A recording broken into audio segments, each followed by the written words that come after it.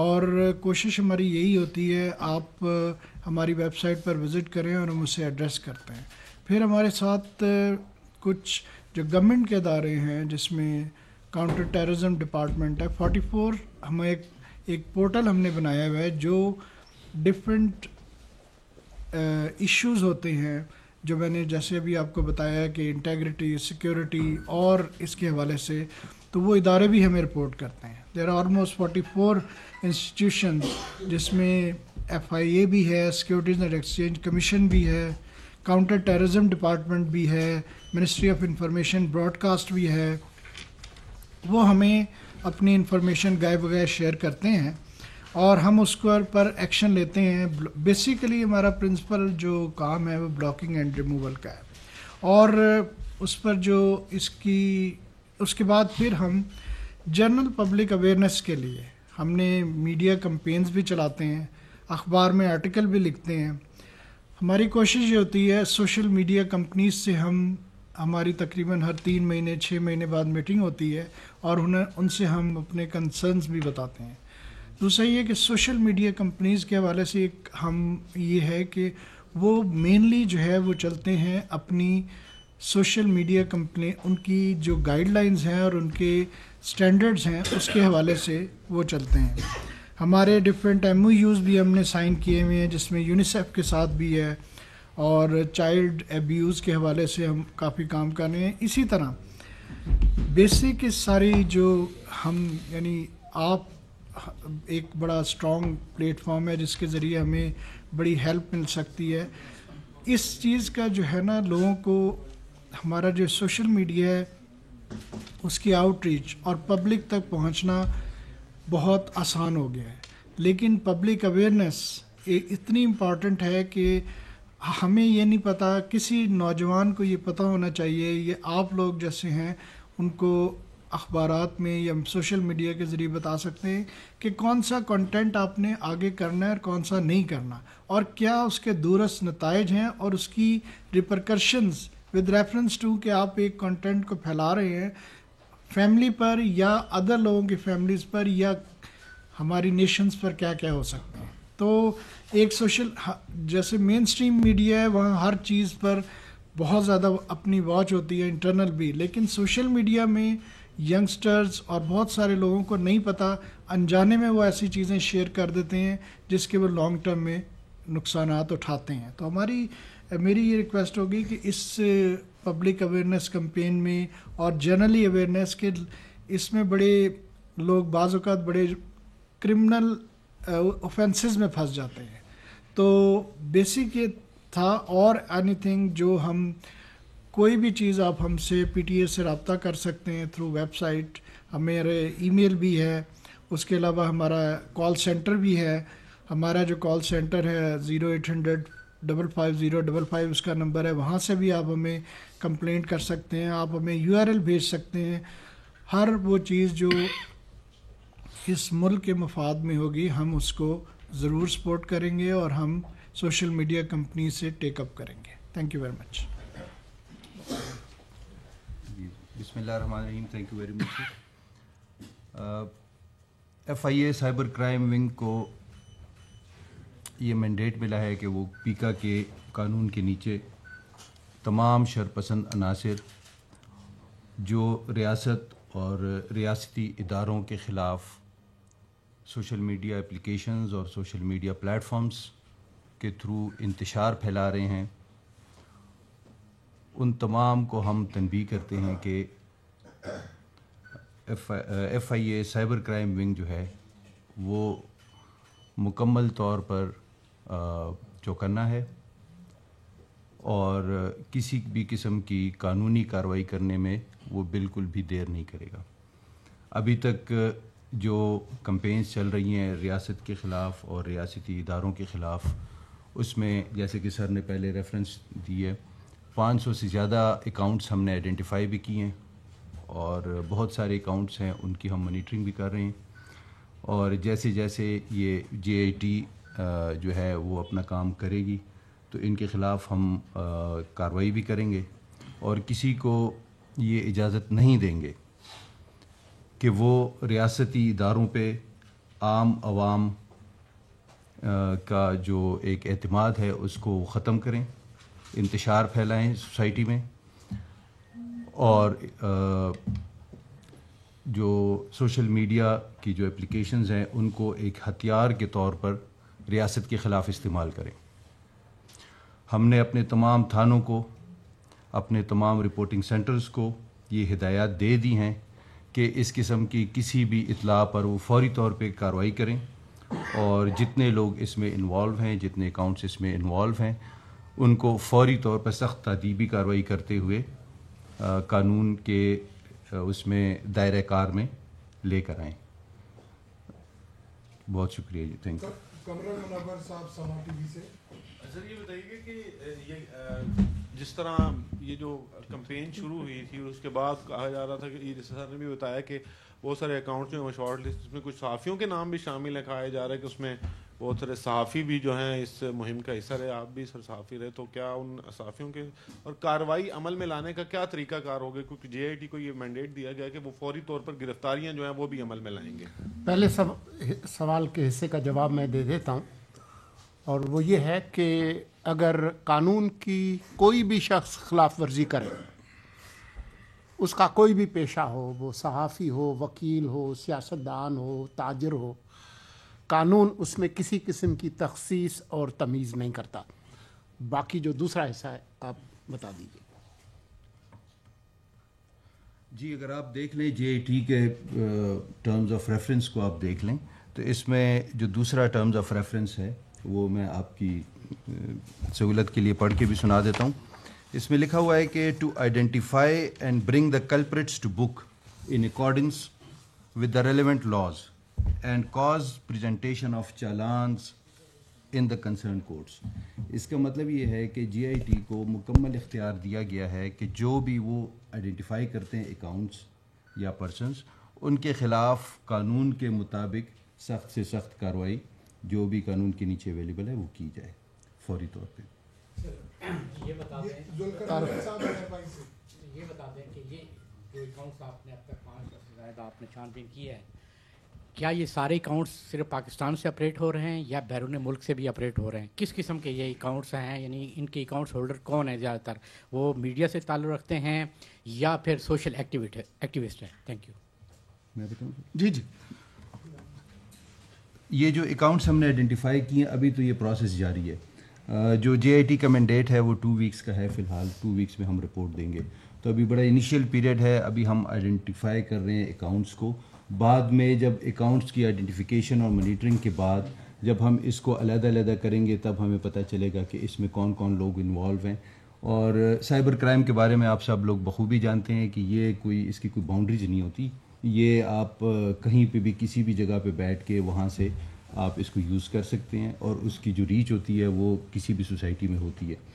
تو لہٰذا یہ ہم نہیں کہہ سکتے کہ یہ پاکستان کے اندر سے یہ ہو رہے ہیں، یہ ہر جگہ سے ہو سکتے ہیں، اور اس میں ہر قسم کے لوگ شامل ہیں۔ بہت سے لوگوں کو، جیسے سر نے بھی کہا، پی ٹی اے کے ڈی جی صاحب نے بھی عرض کیا پہلے، کہ لوگوں کو پتہ نہیں ہوتا اور وہ انفارمیشن کی کمی کی وجہ سے بہت سی کمپینز کا حصہ بن جاتے ہیں، بغیر ویریفیکیشن کیے وہ انفارمیشن کو آگے بڑھاتے ہیں۔ تو ہماری ایک ریکویسٹ یہ بھی ہے کہ وہ لوگ جو جانتے بوجھتے اس کمپین کا حصہ نہیں بننا چاہتے، ان کو ویریفیکیشن کرنی چاہیے اور فیک نیوز اور ان سے بچنا چاہیے۔ یہ میرے خیال میں بہت اہم بات کی ہے وقار صاحب نے، اور وہ یہ ہے کہ ایک تو وہ لوگ ہیں جن کا کاروبار ہے جھوٹ پھیلانا، وہ شام کو بیٹھ کے انہوں نے 2.5 بندوں کو پکڑ کے اپنا ایک ویلاگ تو بنا دیا، جس میں انہوں نے کہا کہ گدھے نے گھوڑے کو جنم دیا، اور سورج جو ہے وہ کل مغرب سے طلوع ہوگا اور مشرق میں غروب ہوگا، اور اسلام آباد میں جنوری کے مہینے میں کوئی 55 ڈگری سینٹی گریڈ جو ہے وہ کا درجہ حرارت ہوگا۔ ایسی بہت ساری ہوش ربا معلومات جو ہے وہ لوگوں کو وہ دیتے ہیں۔ تو ایک تو وہ کاروبار ہے جس کی اپنی ایک پولیٹیکل اکانومی ہے، ان کے اکاؤنٹ میں ڈالر ضرور آ جاتے ہیں، لیکن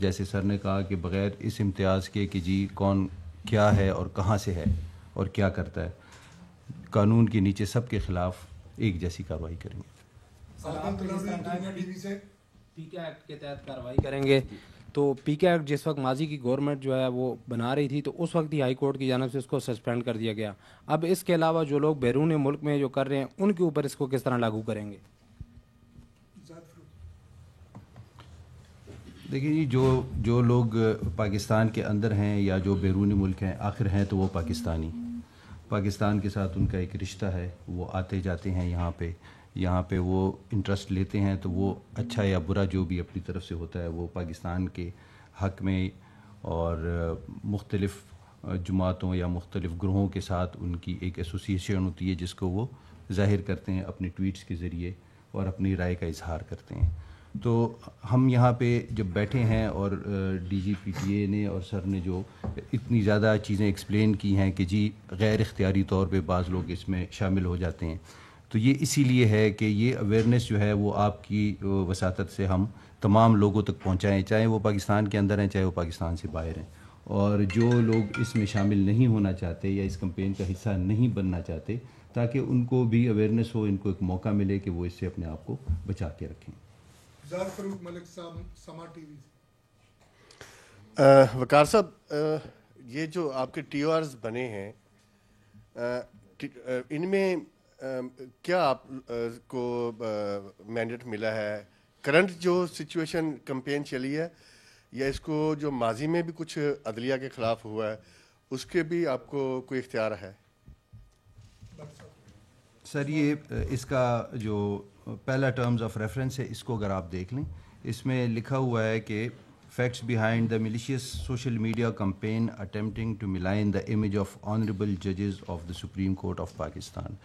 تو ہم سپریم کورٹ کے حوالے سے ہی اس کو دیکھ رہے ہیں۔ یہ جو 13 جنوری کا جو فیصلہ تھا اس کے بعد یہ جو کمپین ہوئی تھی، میں نے ابتدائی میں بتایا، یہ اسی حوالے سے، یہ ماضی کے کیسز کے حوالے سے نہیں۔ جی عثمان بٹ صاحب جی این این سے۔ السلام علیکم۔ اچھا سر، میرا سوال یہ ہے کیونکہ آپ نے 3 سے 4 بار الیکشن کا جو ہے وہ ذکر کیا ہے اور 15 دسمبر کو نگران وزیر داخلہ نے استعفیٰ دیا تھا، کیا وجہ ہے کہ 30 دن سے زائد کا وقت ہو گیا اور ابھی تک نگران وزیر داخلہ جو ہے وہ نہیں، اتنا اہم منصب جو ہے وہ خالی ہے الیکشنز کے حوالے سے اور سیکیورٹی الرٹس بھی ہیں، تو سیاسی حلقوں میں ایک بے چینی پائی جا رہی ہے، اس پر آپ کیا کمنٹ کریں گے؟ ایک منٹ، آپ نے اہم جی آئی ٹی بنانے کی بات کی ہے اور جس ادارے کو کام کیا اس ادارے کا سربراہ ہی کوئی نہیں ہے۔ اس وقت میرے خیال میں کوئی 10-11 اہم وزارتیں ان کے وزیر نہیں ہیں، اور آپ کو اس ملک کے آئین، قانون، رولز آف بزنس کا پتہ ہے کہ جب کسی محکمے کا وزیر نہیں ہوتا تو اس کا وزیر اعظم ہوتا ہے۔ جس طرح سے باقی جو وزارتیں جو وزیر اعظم کے پاس ہیں وہ بخوبی اپنا کام سر انجام دے رہی ہیں، وزارت داخلہ کا کام بھی اسی طرح سے جاری ہے۔ وزیر اعظم کسی موقع پر اگر مناسب سمجھیں گے کہ کسی کو وزیر داخلہ بنائیں تو ضرور بنائیں گے، لیکن جو ریاست کا جو فولادی ڈھانچہ ہے وہ پوری طرح سے قائم ہے۔ سیکرٹری داخلہ موجود ہیں، باقی تمام اہلکار موجود ہیں، ایف آئی اے موجود ہے، پاکستان ٹیلی کمیونیکیشن اتھارٹی موجود ہے، تو تمام چیزیں اپنی معمول کے مطابق کام کر رہی ہیں۔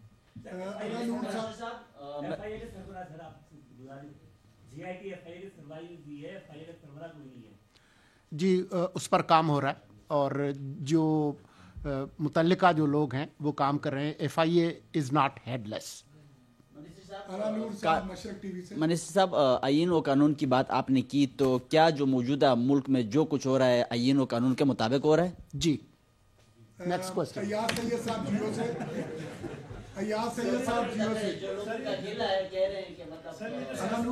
دیکھیں، لوگوں کو اگر کوئی گلہ ہے اور کوئی شکایت ہے تو 8 فروری کو جب الیکشنز ہوں گے تو وہ اپنے منتخب نمائندے کریں گے منتخب، اور وہ نئی پالیسیاں دیں گے۔